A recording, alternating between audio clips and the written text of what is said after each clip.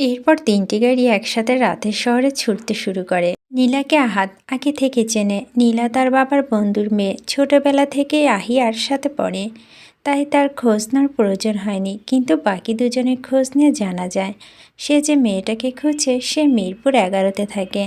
রাস্তার ওপর গাড়িগুলো জরুরি অ্যালার্ম বাজে, লাইট ঝলমল করে। গাড়িগুলো রাতের শহরের আলো কেটে ছুটে চলে, যেন কোনো গোপন উদ্দেশ্য ছড়িয়ে দিচ্ছে। মিরপুর ১১তে পৌঁছে ৩টি গাড়ি থামে ১১তলা ভবনের সামনে। আহাদের অচেনা প্রেয়সী এই ভবনে ৬ষ্ঠ তলায় থাকে। তখন সময় প্রায় ৯:১০। লিফট ধরে তারা ৬ তলায় ওঠে। কয়েকবার কল বেল বাজানো হয় শাওনের দ্বারা, তবুও দরজা খোলা হলো না। একসময় ভিতর থেকে বের হয় মেয়েলি কণ্ঠ, কারা আপনারা, এখানে কি চান? ধৈর্য ধরে বলে, দরজাটা খুলুন, তারপর বলছি। মেয়েটি এবারও সন্দেহের চোখে বলে, দেখুন আমি আপনাদের চিনি না, বাসায় তেমন কেউ নেই, আপনারা কাকে চান? আহাদের ধৈর্য এখন টানাপোড়েনের শেষ সীমানায়। একটু বিরক্ত হয়ে দেয়ালের কাছে হেলান দিয়ে দাঁড়ায়, চোখে কালো চশমা। অবচেতনভাবে ফোনের হাতে তুলে আবারও সেই ছবিটা দেখল। শাওন এবার পরিচয় দিল। ঠিক তখনই দরজাটা টিক করে খুলে গেল। দরজা খুলতেই দেখা যায় বেগুনি সাদা থ্রি পিস পরে এক মেয়ে দাঁড়িয়ে আছে। গায়ের রং উজ্জ্বল শ্যামল বর্ণ। শাহিন এগিয়ে গিয়ে বলে, আমরা ঈশানী রায়ানকে খুঁজছি। মেয়েটি ভয় পেয়ে মাথা নাড়ে, জি আমি ঈশানী রায়ান। আহাত ফট করে চোখের কালো চশমা খুলে তাকালো। একবার ভালো করে মেয়েটাকে পরখ করলো, চোখে চোখ মিলিয়ে দেখে। পরে শাহিনকে মাথা নেড়ে বোঝালো, না এটা সে মেয়ে না। শাহিন বুঝে গেল আহাদের ইঙ্গিত। সে আবার ঈশানীর দিকে ফিরে বলল, দেখুন মিস ঈশানী। ঈশানী কিছুটা ভয় উত্তরে বলল, মিস না মিসেস, আমি বিবাহিত, আমার একটা মেয়ে আছে ৮ বছরের। আহাত চোখ বড় করে তাকায়, হোয়াট? শাহিন পরিস্থিতি সামলাতে এগিয়ে বলে, দেখুন ঈশানী, আপনি আজকে সারাদিন কোথায় কোথায় গেছেন তার ডিটেলস চাই। ঈশানী একটু ভয় পেয়ে কাঁপতে কাঁপতে বলল, আসলে আমি তেমন কোথাও যাইনি, শুধু মেয়েকে স্কুলে দিতে গেছি আর আনতে গেছি। আসার পথে হাসপাতালে গিয়েছিলাম, আমার ননদ অসুস্থ, তাই তাকে দেখাতে গিয়েছিলাম, তারপর বাসায় ফিরেছি। শাহিন বলল, কিন্তু আপনার ফোনের তথ্য তো অন্য কথা বলছে। ঈশানী থেমে ভেবে বলে, ও আসলে আজকে আমি ফোনটা আমার ছোট বোনকে দিয়েছি।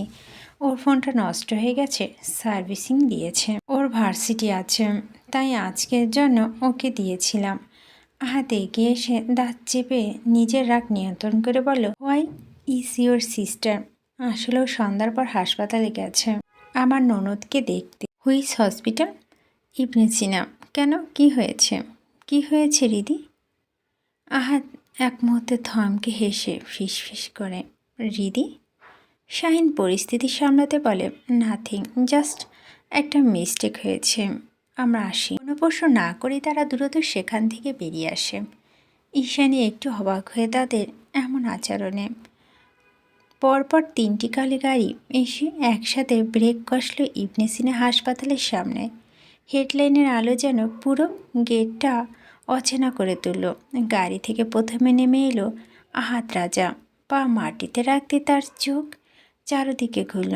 এত এত মানুষের ভিড়, ডাক্তারের সাদা কোট, রোগীর স্বজন, অস্থির দৌড়ঝাঁপ, স্টেজে ছুটে চলা নার্স। এই বিশাল ভিড়ে সে কীভাবে খুঁজে বের করবে তার অচেনা প্রেয়সীকে? কপালে দুপাশে আঙুল চেপে ধরে মাথা ঝাঁকালো আহাদ। তারপর সোজা গার্ডদের দিকে তাকিয়ে হাত নেড়ে দিল। এক নিমিষে তার লোকগুলো পুরো হাসপাতালে ভিতর ছড়িয়ে পড়ল। প্রত্যেকটা রিসিপশনে গিয়ে প্রশ্ন একটাই, রিদি নামে কোনো রুগী বা ভিজিটর আছে? কিন্তু উত্তর মেলেনি। সবাই মাথা নেড়ে না বলেছে। কিছুক্ষণ পর বুঝলো এভাবে খুঁজলে পাওয়া অসম্ভব। হতাশ হয়ে গাড়ির পটনে হেলান দিয়ে আহাদ রাজা। তার মাথা ভারী হয়ে আসছে। চোখ বন্ধ করে গুনগুন করে, বন্ধু ব্রতি, দে না আমি খুঁজি তোরে, তুমি কোথায় আছো, কোথায়, দেখা যা আমারে। ঠিক তখনই তার পাশ ঘেঁষে এসে ম্যানুয়াল হুইল চেয়ারে করে দাঁড়ালো এক অন্ধ ভিক্ষুক, হাতে মাইক। ভিক্ষা সুরেলা সুরে গাইছে, আল্লাহ নামে একটু দান করেন, আমি অন্ধ মানুষ, অসহায় মানুষ, ঠিক মতো খাইতে পারি না, দয়া করে দান করে। ভিক্ষুকের কণ্ঠে যেন এক ঝলক বিদ্যুতের মতো আঘাত করলো আহাদের মাথায়। একটা বুদ্ধি খেলে গেল তার মাথায়। শাহিন আদেশের মতো ডাকল সে। সাথে সাথে তার লোকগুলো ছুটে এলো। কিছুক্ষণের মধ্যে ৩৩৫টা মাইক নিয়ে হাজির হলো হাসপাতালে। প্রতিটা কোণে মাইক বসানো হলো। তারপর এক ঝোল মতো ভেসে এলো আহাদের কণ্ঠে। হ্যালো মিস জানু ওরবে রিদি, আপনি যেখানে থাকুন না কেন অতি দ্রুত হাসপাতালের মূল গেটে কাছে চলে আসুন, কুইক। পুরো হাসপাতাল থমকে গেল। নার্স, ডাক্তার, রুগী সবাই হা হয়ে শুনছে। মানুষের চলাচল বন্ধ হয়ে গেল এক মুহূর্তে। কৌতূহল চোখে অনেকে জড়ো হলো মূল গেটের সামনে। আবার গর্জে উঠল সেই কণ্ঠ, রিদি, আই নো, আপনি আমাকে শুনতে পাচ্ছেন? 2 মিনিটের মধ্যে আপনি যদি না আসেন তাহলে পুরো হাসপাতাল উড়িয়ে দেব। তাই যত দ্রুত পারেন আসুন, কুইক। চারদিকে গুঞ্জন উঠল, মানুষের ভিড় জমল আহাদের চারপাশে। অনেকে ফিসফিস করে বলতে লাগলো, কে এই দিদি? আসলে কি হচ্ছে? এরই মধ্যে 3জন মেয়ে এগিয়ে এলো সামনে। প্রত্যেকে জানালো, আমার নাম রিদি। আহাদ একে একে 3জনকে দিকে তাকালো, তাদের চোখে চোখ রাখলো, পরখ করলো গভীরভাবে। কিন্তু না, এদের কোনো ভেতরে নেই সেই অচেনা পরিচিত ঝলক। শাহিন এগিয়ে এসে বলল, ভাই, পুরো হাসপাতালে এই 3জন ছাড়া আর কেউ নেই রিদি নামে। আহাদের চোখ আগুন জ্বলে উঠল। ওই ঈশানী মেয়েটা বলছিল তার বোন এসেছে এখানে, তাহলে এর মধ্যে হাওয়া হয়ে গেল। নাহিদ নিচু গলায় বলল, ভাই, আমার মনে হয় আমরা আসার আগেই উনি চলে গেছে। শাহিনও সায় দিল, আমারও তাই মনে হয়। আহাদ গর্জে উঠল, শাহিন, আমাকে জোকার মনে হয়? শাহিন প্রথমে ভয় পেয়ে বলে ফেলল, হ্যাঁ ভাই। তারপর জিভ কামড়ে সাথে সাথে সংশোধন করলো, না ভাই। আহাদ চোখ রাঙিয়ে বলল, আমার সাথে ফান করতেছিস? না ভাই, আমি ফান করতেছি না ভাই। শাহিন, আহাত হুঙ্কার ছাড়ল, থাপড়াইয়ে তোর চেহারা নকশা পাল্টে দেব। এখানে আমার সামনে থেকে দূরে সরে যা, কুইক। শাহিন মাথা নিচু করে চলে যেতে উদ্যত হলো, কিন্তু আহাত আবারও গর্জে উঠল, আমি বলছি বলে চলে যাবি? শাহিন অসহায় হয়ে দাঁড়িয়ে পড়ল, কি করবে বুঝে উঠতে পারছে না। আহাত আবারও রেগে বলে, এই যা তো যা, আমার সহ্য হচ্ছে না তোদের একটাকেও। একটা কাজের না, সব কয়টা ইউজলেস। তার লোকগুলো নিথর হয়ে দাঁড়িয়ে রইল, কেউ এক পাও নড়ল না। শেষমেশ আহাদের ধৈর্য শেষ হলো। সে প্রচণ্ড রাগে গাড়িতে উঠে বসল। ইঞ্জিন গর্জন তুলে তাদের ফেলে রেখে একাই বেরিয়ে গেল হাসপাতালের সামনে থেকে। তার লোকেরা নিঃশব্দে দাঁড়িয়ে শুধু একে অপরের দিকে অসহায় দৃষ্টিতে তাকিয়ে রইল। কারো কণ্ঠে কোনো শব্দ নেই, শুধু প্রশ্নটা ভেসে বেড়াতে থাকে সবার মনে, রিদি কোথায় গেল? হাতিঝিলে লেক পারে। রাত তখন প্রায় 1টা। পানি নিস্তব্ধ, শুধু মাঝে মাঝে দূর বাতাসে দুলছে পানকড়ির ডাক। আহাদ রাজা শুয়ে আছে নিজের কালো গাড়ি বনেটে, এক হাতে সিগারেটের ধোঁয়া উঠছে, অন্য হাতে অ্যালকোহলের বোতল। এটা তার পুরানো অভ্যাস। যখন ভেতরটা খুব ভারী লাগে, যখন কোনো উত্তর খুঁজে পায় না, অথবা যখন একান্ত সময় দরকার হয়, তখন এখানে এসে গাড়ির বনেটে শুয়ে আকাশের দিকে তাকিয়ে থাকে। কখনো ধোঁয়া ছাড়ে, কখনো ছোট ছোট চুমুক দেয় বোতলে থেকে।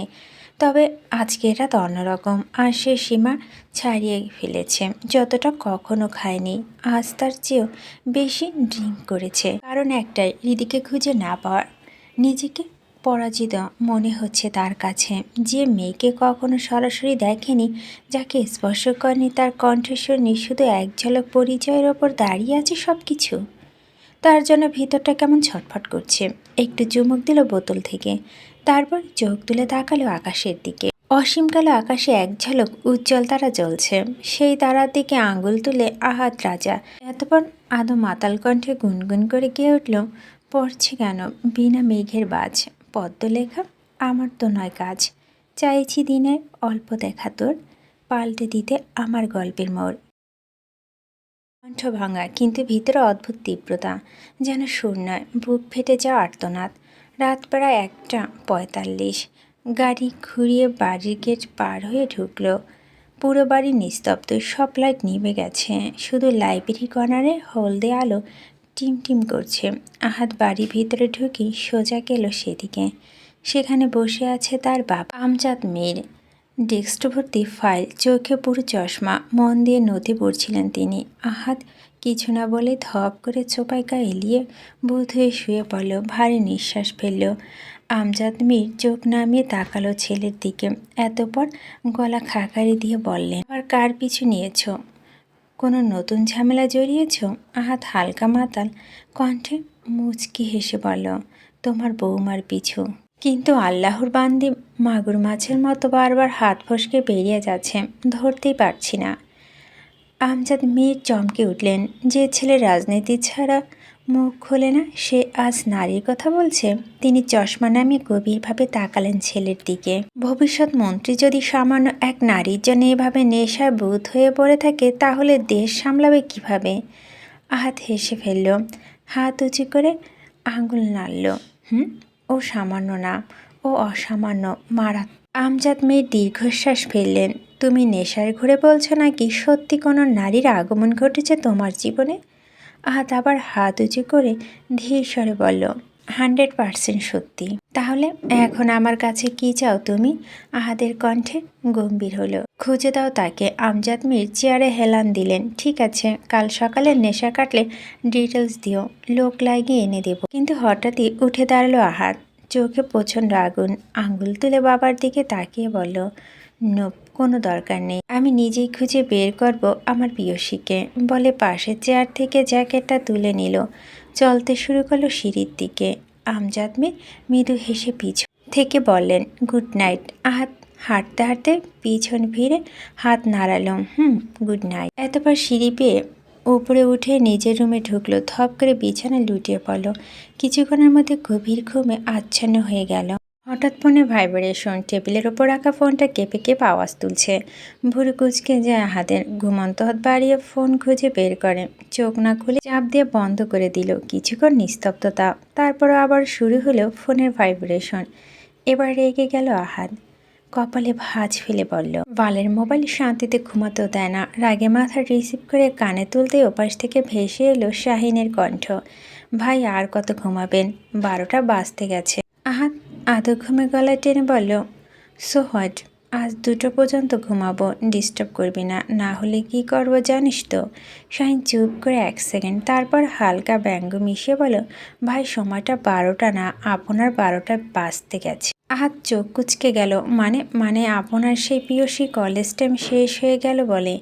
এখন আর না গেলে আবার হাত ফসকে যাবে। প্রিয়সী শব্দটা শুনতেই আহাদের ঘুম ভেঙে গেল একদম। ফট করে চোখ বড় বড় করে তাকালো। পাশের টেবিলে রাখা ঘড়ির দিকে চোখ গেল।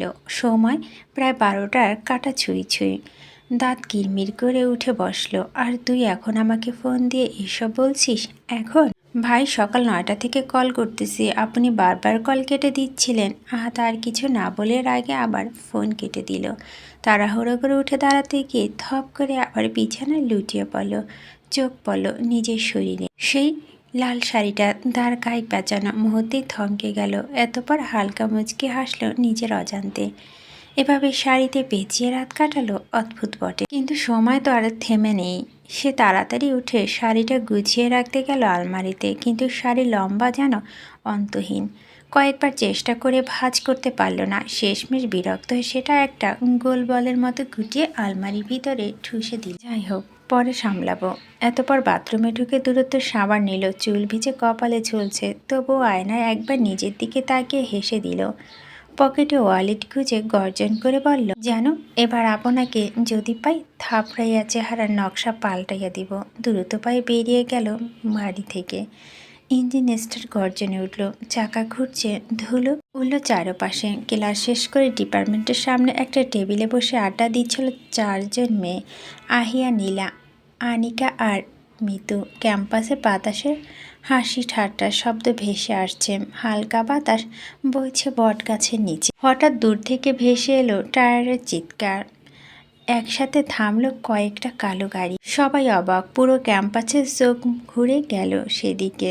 দেখা গেল কালো গাড়ির দরজা খুলে হুড়মুড়িয়ে নামছে একদল মানুষ। সবার সামনে হাঁটছে সেই নামটা, যে নামটা শুনে রক্ত হিম হয়ে আসে, আহাদ রাজ মীর। তার পিছনে শাহিন, নাদিম, শাওন আর চারপাশে লম্বা চওড়া গার্ডদের সারি।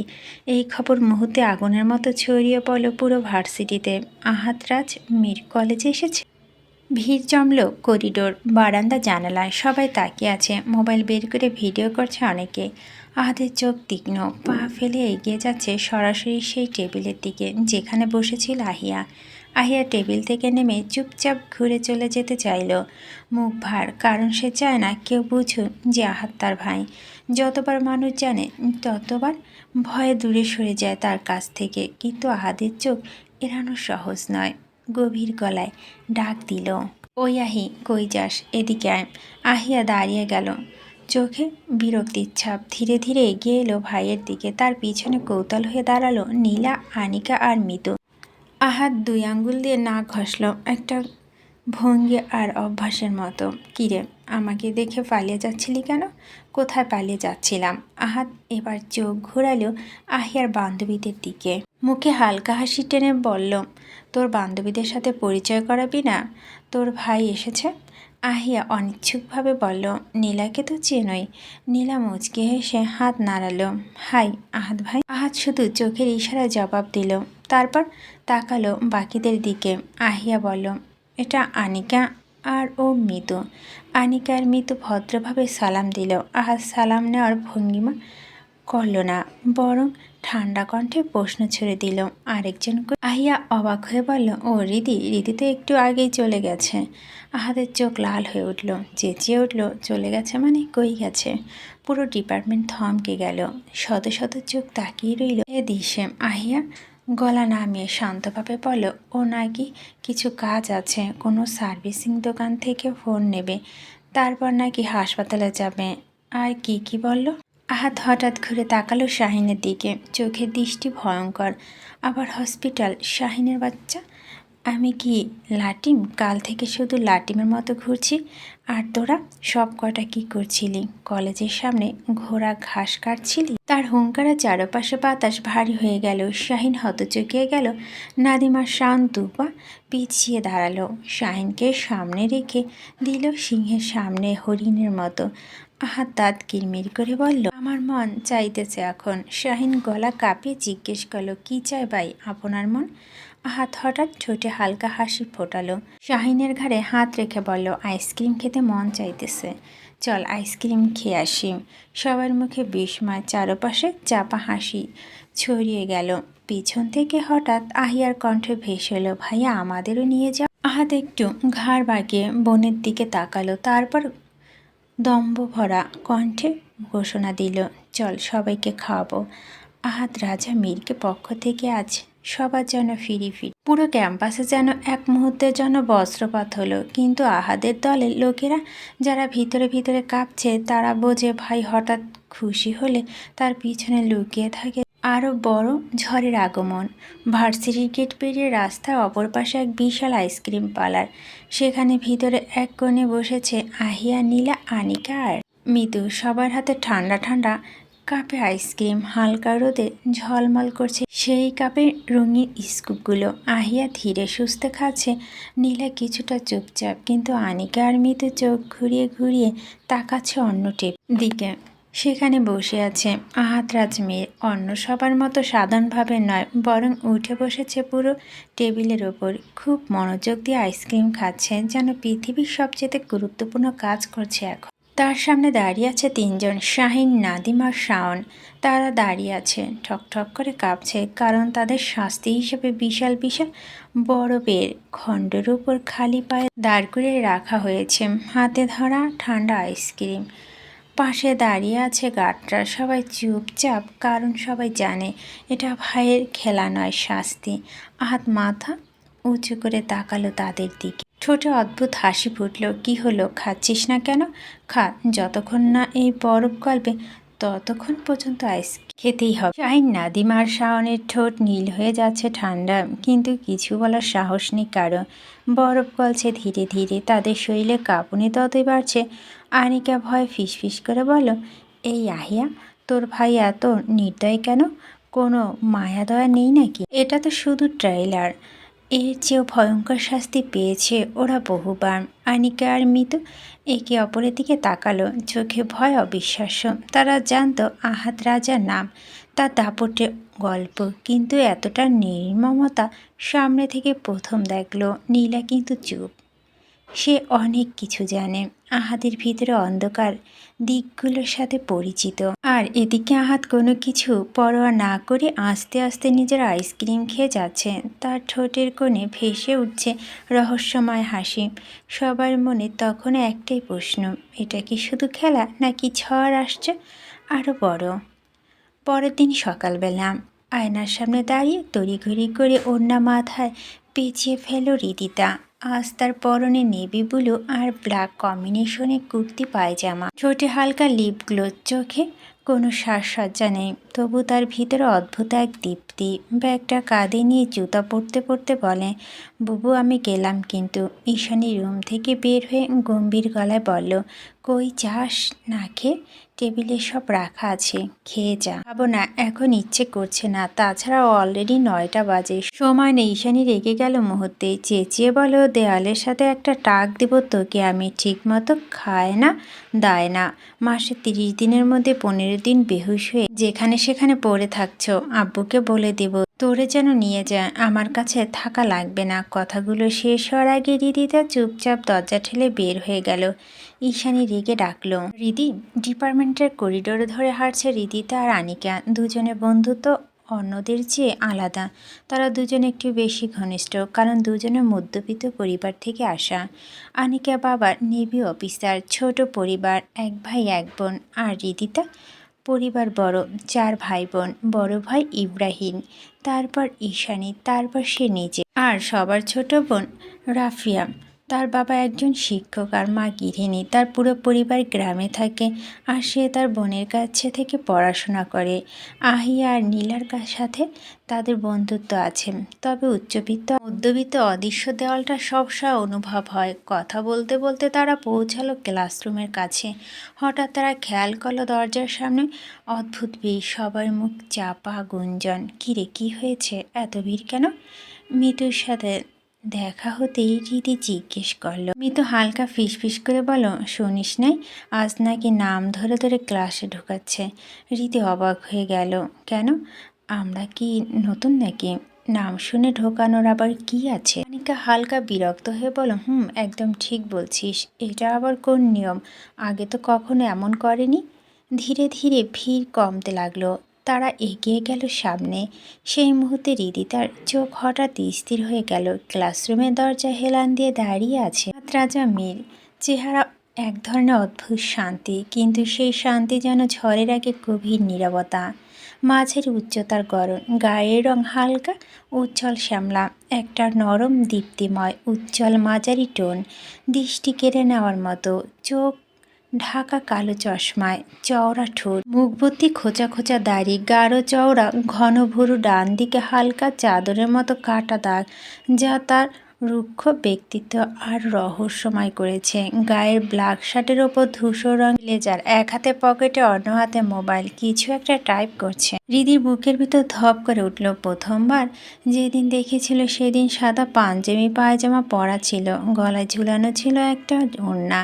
তারপর ফেসবুকে কয়েকবার গোপনে দেখা হয়েছে, কিন্তু আজ আবার এভাবে সরাসরি তার চোখের সামনে দাঁড়িয়ে রিদিতা যেন নিজের নিঃশ্বাস হারিয়ে ফেলল। মুহূর্তে মনে পড়ে গেল সেই মেসেজের কথা, যদি আসে চিনে ফেলে, যদি বুঝে যায় সব কিছু।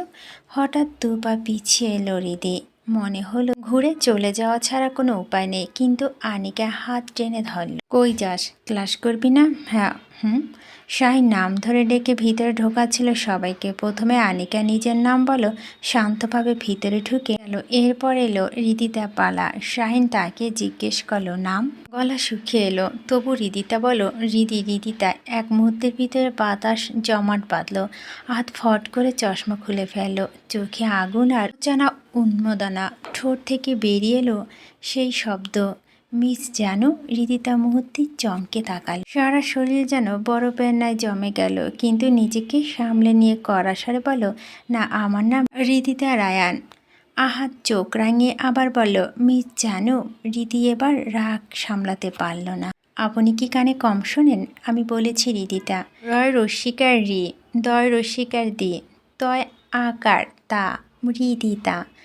আহাদের রাগ মুহূর্তেই চরমে পৌঁছালো। এক ঝটকায় হাত বাড়িয়ে শক্ত করে ধরে ফেলল। রীতি তার হাত, সবার চোখ বড় বড় হয়ে গেল। আহাদ গর্জে উঠল, শাহিন 2 মিনিট, জাস্ট 2 মিনিটের মধ্যে এই ক্লাসরুম ফাঁকা চাই, কুইক। শাহিন, নাদিম, শান্ত, তাদের মুখ সাদা হয়ে গেল। গার্ডটা সাথে সাথে নড়ে চড়ে উঠল। ছাত্রছাত্রী সবাই ভয়ে তাড়াহুড়ো করে বের হতে লাগলো। ক্লাসরুমে একেবারে নিস্তব্ধ হয়ে গেল। শুধু দাঁড়িয়ে রইল আহাদ আর হৃদিতা, দুজনের চোখে চোখ, আর চারপাশে বাতাসের অদ্ভুত এক ঘন চাপা উত্তেজনা।